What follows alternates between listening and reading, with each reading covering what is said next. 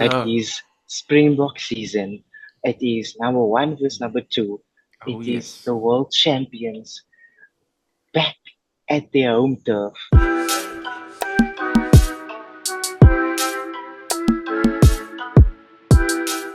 Good day and welcome to the Green and Gold podcast where we talk all things rugby and all things green and gold and we have a little general conversation here and there as well. I'm not going to introduce myself because I feel like I'm always starting it, and my brother over there has got such a beautiful view. I'm seeing the beautiful mother city there in the background and so on. So I'm going to ask him to start us off this afternoon, Hey, hey, evening. hey, brother Wasim, that's your name, eh? Listen, Yes, yes, yes. we're at 12 o'clock today. Springbok team gets announced. Yes, It sir. is Springbok season. It is number one versus number two. Oh, It is yes. the world champions back at their home turf. So much to speak about. It's been a while. Let's It's first say been it's a been a while. while. It's been UFC. It's been Champions Cup. It's been Junior box. the junior box. But like we said, it's all things green and gold. The team announcement. Um, what do you have to say off the cuff? Off the cuff, I just want to tell you that I'm here and I'm shaking. I'm nervous. I'm excited. I can't wait. I'm smiling to myself all the time when I see the starting lineup against Ireland. I've got World Cup fever all over the then, all over again. My words I can't pronounce my words. It's just I'm all over the place. It's just because I'm so I hyped, because what a weekend we've been hyping for quite a while, uh, Yeah, Mr. yeah. Mohammed. And what's your feelings about the starting lineup or the team? Let's first address, as you're talking about my view. So we had to address this ASAP. As soon as the team Yeah. announcement came out, we were like, we have to eat it. People need to know what's our views. We've seen the comments on the socials on the different people, and people commenting on the team selection. Cool. Um, I expected this, right? I didn't Exactly. expect the Sasha to come in, but Hmm. perfect opportunity. There's no better person to take that number jersey 23. 100%. Um, a strong team that we've showed that we're coming out of. Mm. Um, 100%. You know, I'm and I went to do a little research earlier on, because they say to try and figure out why the starting lineup that is there was chosen. You need to try and get into the mind of the man who decided upon that starting lineup, and trying to get into Rassi's head is a little bit harder than it is for Rassi to get into people's head. And I don't want to play a pun on that song about he's in your head. But I was trying to kind of put myself in his shoes. And what I realized while doing so is that the starting lineup, obviously apart from Damian Willemse that is injured, and Dwayne Vermeulen that is no longer playing for the Springboks, it's exactly the starting lineup that they played against Ireland last year at the World Cup.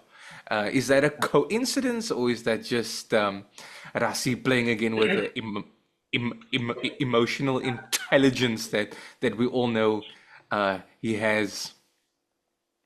I see. I think first of all, we will never know, right? In the doctor we believe, and if the doctor says one thing, we go with it, right? Mm, However, indeed. the likes of Tony Brown being in the setup, the likes of our Irish forwards coach being in the setup, um, we have a point to prove, right? Exactly. You're asking, and the North is saying that Ireland's the best in the world. The South is saying South Africa is the best in the world, but the log is also saying we're the best in the world, and we have proven why we are the best in the world because we have the Web Alice Cup in our jacket. Apparently, it doesn't mean anything, right? Yeah, but those Apparently, it's going to come down to the result this weekend. Which, look, I don't believe it, but I do want to see it, and I do want to see what's going to happen this weekend. You spoke of Tony Brown, and you spoke of, obviously the new coaching mm, staff that they have there. Um, a little part of me always kind of I thought with with Tony Brown being there, we were looking at the skills development and we were hopeful that we're going to see the Springboks start to run a little bit more. yeah. And then we go with a fly off option like a Handre. We know we can who can run the ball, right? But I don't know. There's a little part of me that would have loved to see how Mani kind of ran the show there this weekend, especially with the new structures that we probably have in place. Mm. So I'm going to comment on that. That and there's a little column that I read. Yeah. Tony Brown actually came out in one of the press conference and he was saying Yeah. that what he wants to bring out is the 100 that he watched in his under 20 year, Hmm. well, in Paula's under 20 year. He Yeah. was phenomenal. He was running the line. A colleague of Mm. mine was discussing earlier is that when Paula came from the baby book setup straight to the Springbok setup, and I don't know if you recall, the game happened either at Alice Park or Soccer City Yeah. against the All Blacks, Yeah. and he ran this All Black line and scored straight under the balls. Yeah. And I think that's the Tony Brown. Tony Brown is referring to that Paula and what he wants to For, bring out. Whether it's going to happen, I'm unsure, but we're mm. going to have to wait and see for sure. No, no, I can. Well, nice to know that he has that in mind. However, I was just even if you take that 100 from the junior box of I think 2013 maybe. Um, does it still compare to Amani Lebok of right now? That's the question I have. But look, we can only see what happens. I know many people were saying, "Oh, does this mean Mane has like seen it?" And I think a lot of people that doesn't understand the Rasi way probably thinks that Mane is now going. That's now it. The new guy on the block is in Komazulu and Andre, but it's clear that the bench obviously has a big impact on the way in which they choose their fly-offs and their number nines. And had it been that a guy like Willemse was available maybe to play the weekend, we may have seen a bit more of a variation at fly-off. I don't know, but it's gonna be interesting, man. It's gonna be interesting, and I'd love to see exactly what they're going to come up Bring with. to the table. No, no, Like 100%. I see it as I see it as we have so much depth in every position, man. And Yeah. we can play a Mani against New Zealand or Mm, against Australia. We can play a Sasha in a different mm, setup. So in every position, we are skillful choice. Whatever type of gameplay that Rassi yeah. wants to play, he Yeah. has players available for that. And I Yeah. think in this situation, he has a point to prove. It's basically number one versus number two in the world. He It's a wants to final. kill them. He wants to kill them. And he That's wants the to plan. kill them. And Mani is going to be the running game. And here, I don't think he wants to take the risk with the boot. Yeah. As we know, 100%. Mani, that has been the issue at hand that we've been sitting with Yeah. for a while. Yeah. Yeah, so that's where I'm sitting. I'm excited. I'm overwhelmed. I had goosebumps when the team came out. I was absolutely phenomenally excited Yeah. that I did not know where to from here. All I Exactly. wanted was like I wanted to come Saturday, sleep, wake up, see it Saturday. No, you are not alone. But just a newsflash, we only at the start of the week. Okay, so I'm really Oh, sorry about that. well, We I we have to rub it in. So we spoke a lot about the backline now, but I'm curious to get your feelings on this. Aquaga starting number 8. I think everything up until Quagga is probably what we assumed the team would look like with the injuries that we have to Kitshoff and Yeah, yeah, yeah. the rest of the players in the pack. Quagga starting, I don't have a problem with that. That's beautiful. The Swiss knife, as they call him. The bench though, we're looking at a Marco van Staden to come on for Quagga or for Sia. think, or for Peter Steph? yeah. I get your gist of where you're at. But of course, I would love to see even Roas in a setup here, Yeah, and I would love to see Robert Kwaha coming off. yeah, But when I looked at it, is that we don't have Mark starting, right? yeah, Which means we don't really have a feature.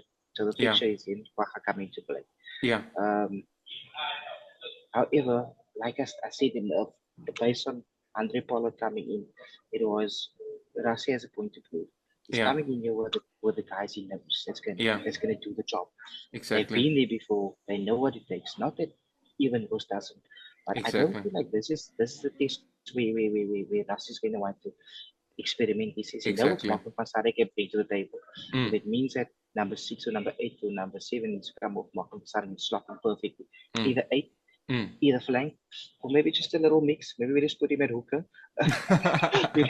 Like we have seen him, I think it is against Tonga, if I'm not mistaken, at the World Cup. He threw a line out there too.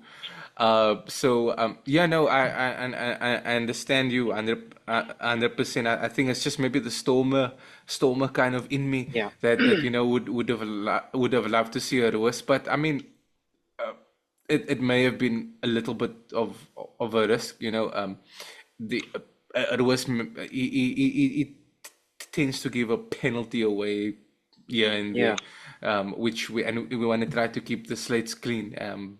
But he will get there. I'm sure yeah, we'll see him 100%. start against New Zealand or so on. Um, so early on, there was a lot of talk about the junior Springboks. Speaking about Andre that came through the ranks. Even Mane was also at that stage at some point in his career. What's your feelings on the junior box? And Oh I think man, you went to see them live. How was that? yeah. I'm a big fan of the upcoming young guys. Yeah, And I definitely watching from junior stages. yeah, And my goodness, absolutely phenomenal, yeah, overpowering, physical. yeah, I was just trying to put you in your head. Imagine South Africans bouncing Fijians. Like, just yeah, have you ever thought of that? Like yeah, us bouncing a yeah. Fijian. Mm. That's what it was. We had a number And there's a 4. few huge guys out there, like as well. I mean, you've seen them in real life. Are they as scary when they're in front of you as well? My goodness, they are huge individuals that we don't even know are like 20 years of age. I can Um, imagine that because us, I mean the Fijian guys are not small either. So we're really not at looking all. Not at at all. some at the big I, guy I, there, at a I few big said guys. most so playing for not probably one of the best Mm, rugby I've seen him playing in a while. yeah, So Assad most, right? Playing the best rugby that I've seen him play in ages. His delivery, his vision, his up mm, and unders, his chase. mm, Oh my goodness, something full of the future. I was comparing him to Imad Khan, but yeah, uh, I'm maybe gonna jinx it here, but I feel like Assad Morsi is probably above him in my personal opinion. yeah. His distribution is To get phenomenal. that It reminds me a Stormers, lot of like a call up, you reckon? yeah. He reminds me a bit of like a Aaron Smith, man. Yeah, A little sniper here and there. legendary stuff. But yeah, fly off. I'm not too happy about that number Yeah, 10 from the yeah, Springboks. Is yeah. it just brilliant on the boot of the tee? However, I'm not getting the running fly off, but the Mm. one that came on second off. Oh my goodness. Attacking the line, reminding me a bit of Yeah, like Avamani over on the money, but line. no, The back line was getting boom, the boogeyman. Oh my goodness. He was phenomenal. Crashing, running people over, no, taking I a saw. crash ball, gaining the advantage line. Ridiculous. I've seen that the Locks have a good future. It looks like the Locks have a good future with the junior box, with the number four being able to step in, rip the teams up the way that they are. It's the future's looking bright, but it's all going Future's to looking, it's future's looking amazing, But amazing, it's amazing. all going to start with us planting that seed at the weekend. Just before we wrap up, I just want to talk a little bit URC. Um, of course, Stormers knocked out quite early on. I think it's the earliest exit we've had since joining the URC. And then of course the Blue Bulls being absolute Blue Bulls. And then I just wanted to hear your opinion on this next one. Hachiva Daimani leaving Stormers. How are we feeling? Is it the biggest L we've seen No, in a I think while? no, I think it's good for you. Um, I don't think it will ever be an L for the Stormers, as we have so much talent and potential coming from Yeah, this region alone. yeah, Don't get me wrong, amazing player, brilliant, yeah, someone you will dearly miss. However, for himself, he needs to prove himself elsewhere for us, maybe as South Africans, to yeah, fully appreciate and notice him. yeah, But he does not fit the system right now. If you yeah, look at Russia's system, he'd be yeah. wasting his time trying to make Springboks. Um, so that is said regarding And the we have Blue enough Bulls. wings, huh? Regarding the Blue Bulls, I truly and honestly feel they played the final in the semi-final, Mm, just as how England played their final in 2019 against New yeah. Zealand. So when they came to the final, we they were thrashed about playing Hulle the was 'n bietjie fiasco uitgeput, ja. of the game. Yeah, and 100%. although it's extremely embarrassing from a South African aspect that a team Very. comes and who's been on the road comes to the high felt Mm. and shows you that look here, you guys preach about this high felt, we're gonna show you this doesn't matter to us. Mm. And the high felt plays a big role, bro. Exactly. It would have been the perfect setup for this weekend, so that the supporters at Loftus, would have still had the winning spirit. But we're not gonna be at Loftus this weekend, but we're going to be screaming from our homes for the Springboks this weekend, which is the main event for me in the weekend. 100%. We've got New Zealand versus England, and we've got Australia playing Wales as well. However, the main one, this is the Green and Gold podcast. So just before we wrap it up, what's your score prediction, Mr. Oh, Mohammed, for this weekend? before I give my score predictions, some playable fixtures. Players will be playing at Garni Craven Thursday, 7 Yeah, o'clock. And then next week Tuesday they'll be at Athens Stadium. So Thursday yeah, we'll be playing against Argentina, and next week Tuesday at Athens Stadium 7 we'll play against England. So awesome. please go out there, support. Tickets about $75. Yeah. Support these young guns. My prediction this weekend: 32-12.